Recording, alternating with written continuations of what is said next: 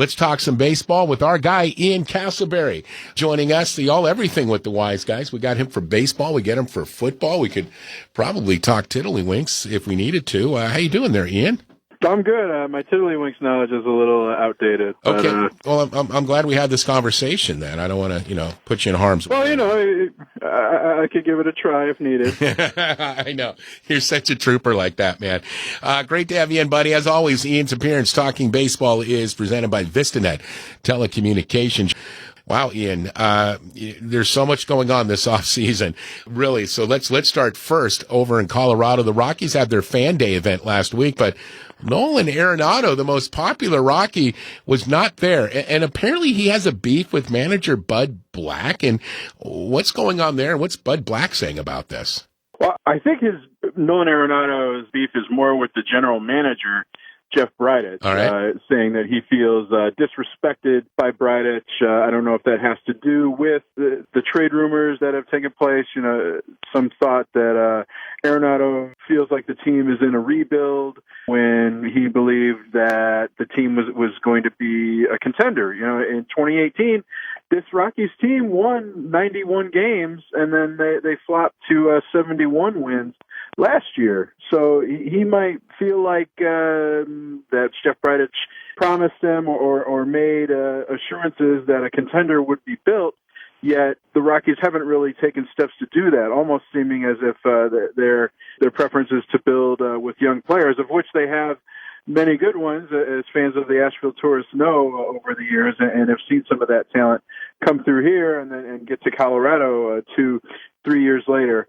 I suspect that the situation is somewhat similar to the tensions that Bridich had with Troy Tulowitzki before he was traded.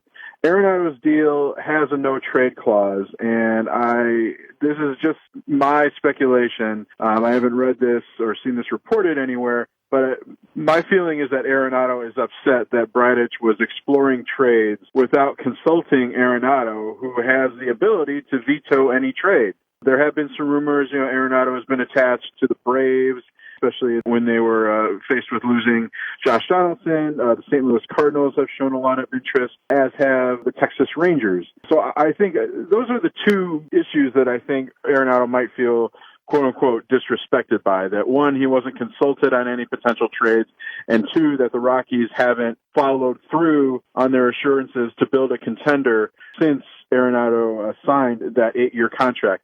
Now, I know some fans will say, hey, I would love to be so disrespected as to get an 8-year, $260 million contract. He can opt out after the 2021 season. So if Arenado really isn't happy with how things are going in Colorado, he can chomp down and opt out after the next 2 years if needed. That's interesting because, I can see where Nolan Arenado, do you not think he signed that 8-year deal thinking, hey, the Rockies are going to be in contention, we're going to make this happen, and then it seems like that's not happening, and then I hear you on that. I'd be a little annoyed at the GM if that was true, that he's looking around and maybe trading you, and you have a no trade deal on that. But what's really, I think, even more interesting on this, Ian, is how this is going to go moving forward. Is Arenado going to get in the right headspace because spring training is just around the corner? That's a great question. Not showing up at FanFest certainly says a lot. If he does feel disrespected by the front office and has a grudge, is he going to go out there and kind of play less than motivated or on the field? I would think, he's a professional. He's obligated to his teammates, and he'll continue to play hard. But just the fact that we're having this discussion means that it is a possibility. Will he try to force a trade now if he doesn't like how things are going? Again, I think most likely we're going to see Arenado opt out of that deal after 2 years. And as we've discussed before, this is one reason why the Rockies have had difficulty in trading Arenado, is that the sort of deal that the Rockies might be looking for in return, wanting a boatload of prospects for their best player, which you can understand from their standpoint. But if Arenado can opt out of that deal after 2 years, if you're a team like the Braves, you don't want to give up, top position player or pitching prospects for a player you may only have for 2 years. Well, I can understand Arenado's frustration. He's a competitor, and he always comes ready to play. Former Asheville tourist, we should point out. But, I've got, I don't know, like 18 million reasons a year why it's going to be okay, Nolan. You can move on that. All right, we'll follow that and see where that goes. And Ian, word on the street is that Major League umpires will be mic'd up this season to explain calls. Now, Ian, when is baseball looking to start this, and what type of calls will be explained? And again, for a sport that's trying to speed up the game. Well, this could go into effect this season, depending on negotiations, how they go between Major League Baseball and the Umpires Union. It seems more likely that it would end up happening in the 2021 season. Again, we're on the verge of spring training here. Opening day, March 26th. I don't know if the umpires and Major League Baseball will come to an agreement or to work out this system. This seems like something that would need to be at least workshopped during spring training to see how it works. But really, I mean, just think about how the NFL, how the referees, there's a call and then they turn on their mic and they explain to everyone in attendance there and the viewing audience, what call was made. More likely than not, this would be implemented for replay decisions. As we see now, calls are reviewed. The three umpires, they'll huddle around a monitor near the dugout. But really, after that, you just see the umpire turn and make a safe or out call or something like that. But now in this situation, they would turn on the mic and explain what the ruling was, why a call was upheld or overturned. In the case of maybe some controversial calls or rulings where the fans are getting worked up about it, maybe explain the rules if necessary and why a certain call was made. We already see this, as I said, in the NFL and in the NHL. In the NBA, when there are rulings, whether it's on replay or certain calls, often it's the PA announcer who makes that ruling. So I think anything that makes process a little more transparent and explains to fans and media why certain calls are made, I think is a good thing. I think umpires aren't held nearly as accountable, at least in a public circumstance, as they should be. I think they should have to, for instance, face the media like players and managers do, and they often don't, even when they made a call that affected the outcome of a ball game. Yeah, so, okay, I mean, I get this. So they're basically feeling out the umpires right now, figuratively I'm talking about here, about if they're comfortable doing this. Like being mic'd up, is that part of the negotiation? Yeah, I think that's part of the negotiation. If what is expected, what sorts of calls will be made, are they expected to just do it on replay or on, like a bang play at first base or a ruling at second base on a double play or a trap play in the outfield, something like that. So what is the limit? What are the parameters for the umpire turning on the mic and explaining to the crowd? I believe those are the parameters there. Interesting. All right. As I said earlier, baseball is trying to speed up the game, and it's not every call, obviously. I wonder if they're going to, it's review calls. So we'll see how that goes. And can I say real quick? I think one thing that would also help. There are way too many baseball games during a season to do this. But I wonder, especially at during the postseason, if Major League Baseball and their television partners might benefit from having, a Mike Pereira type figure in the broadcast, to explain why a certain call was made or what the umpires would look at. Well, hey, look, I'm glad baseball's looking into things and changing things up, but, and I think this could turn out to be I don't mind if that has to take up a little bit part of the game. I know I kind of half joke, half serious that here's baseball trying to speed it up and here's something they're looking at doing that would potentially slow, the game down. But at the same time, again, they're looking into it. I'm glad to see they're experimenting with things. You're not just sitting there twiddling their thumbs. As Ian Casselberry joins the Wise Guys presented by VistaNet Telecommunications. The Brewers' Ryan Braun, Ian, saying he may retire after this season. But what more is Braun saying about this, and is this decision final?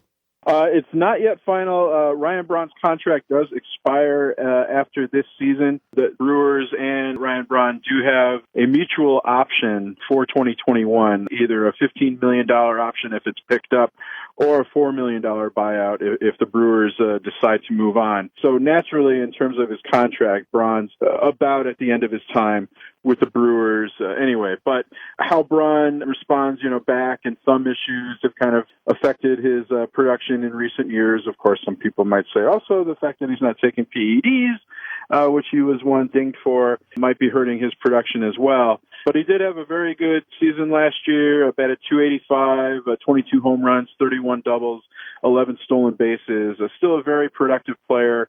Has never really been a good defensive player. He played most of his games in left field last season. You wonder if he played for an American League team, if Ryan Braun would possibly look at playing longer, but it sounds like that's not something he's looking into. So I think it's just how his body responds, how he feels about the Brewers as a franchise moving forward. Although their front office, their management has done a very good job, especially the last 2 years, of building an NL Central contender and a playoff contender. So Braun presumably has to feel pretty good about that. Yeah, what did he sign? Like a 40-year deal? I mean, I think the Brewers got that seemed like a team-friendly deal that he signed back in the day. Back in the day, yeah, it was a 5-year, $105 million deal, which, if you could get a player for that production, $20 million a year on the free agent market now, that's a deal that a lot of major league teams, I think, would be willing to pay. Obviously, at the time, that was a top-of-the-market deal for Ryan Braun, but now you're right. In today's market, that does look like something of a bargain. And of course, when you look at Ryan Braun, you think let's forget the whole PED scandal that he was involved in, basically rolling some guy under the bus who lost his job, basically lying about it. I don't forget those things, Ian. I know Ryan Braun's had a career, but still not real happy with how he handled that, and just another example, I think, of someone who's powerful, trying to take down someone who's less powerful, and thank goodness it didn't work. But I remember that, boy, we talked about that ad nauseum, and that may not go with him to his grave, but that was certainly one of those moments that was quite embarrassing. But now with today's big news cycle, heck, you forget about that stuff pretty quickly as Ian joins the wise guys. All right, Ian, Chris Bryant loses his grievance to the Cubs. What is this, Festivus week? And I got grievances with you. All right, what does this loss mean for Bryant? What was this all about? Yeah, Chris Bryant, his airing of grievances with the Cubs was that as we've seen with some players over the years, this was a question with Ronald Acuna, for instance, with the Atlanta Braves, is how long should a player be kept in the minor leagues when they are clearly talented and accomplished enough to be called up to the major leagues and begin accumulating the service time that would go toward free agency? Now, teams in past years, and we've seen this all throughout Major League Baseball, sometimes keeping top prospects in the minors, for, say, the first month of the season, first 2-3 months of the season, in an effort to keep their service time down and add another year before a player can become a free agent. So that's what Chris Bryant was arguing, that the Cubs kept him down the first few weeks of the 2015 season when he was clearly good enough to be called up to the major leagues, be the Cubs starting third baseman, but the Cubs kept him in the minors so they could keep him under club control for an additional year.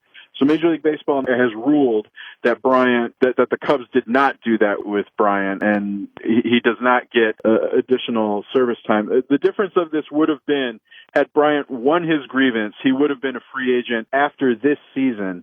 Now, with Major League Baseball ruling in the Cubs' favor, Bryant will be under club control for 2 more seasons. So the ramifications of this are, if Bryant is to be traded, the Cubs have a much better chance now of getting a good package in return. They have better leverage because any team that trades for Chris Bryant knows they'll have him for 2 years as opposed to only 1. Yeah, could he be traded this year, Ian? I mean, that's been kind of bantied about, and this certainly will not help, I think, Chris Bryant's attitude towards maybe playing with Chicago beyond his contract. I think there's been so much smoke about Bryant being traded that I think indeed he could be. Again, we mentioned the teams that are interested in Nolan Arenado. the Braves, the Cardinals, the Rangers, teams that didn't get a third baseman like Anthony Rendon or Josh Donaldson in free agency, add the Washington Nationals to that list as well to get a player of Bryant's caliber, former National League Most Valuable Player, only have to commit for 2 seasons and give up prospects instead of money. I think he could be traded. I think it's ludicrous that the Cubs are considering this. They're not a small market team. They can afford to pay Chris Bryant. They can afford to keep that core together. But as we see their roster begin to age a little bit, especially on the pitching side, they may be looking at Chris Bryant as a trade chip to get some top prospects, especially on the pitching side, that can kind of reload that roster. All right. And finally, we're just so much to get to. Ian Casselberry presented by VistaNet Telecommunications.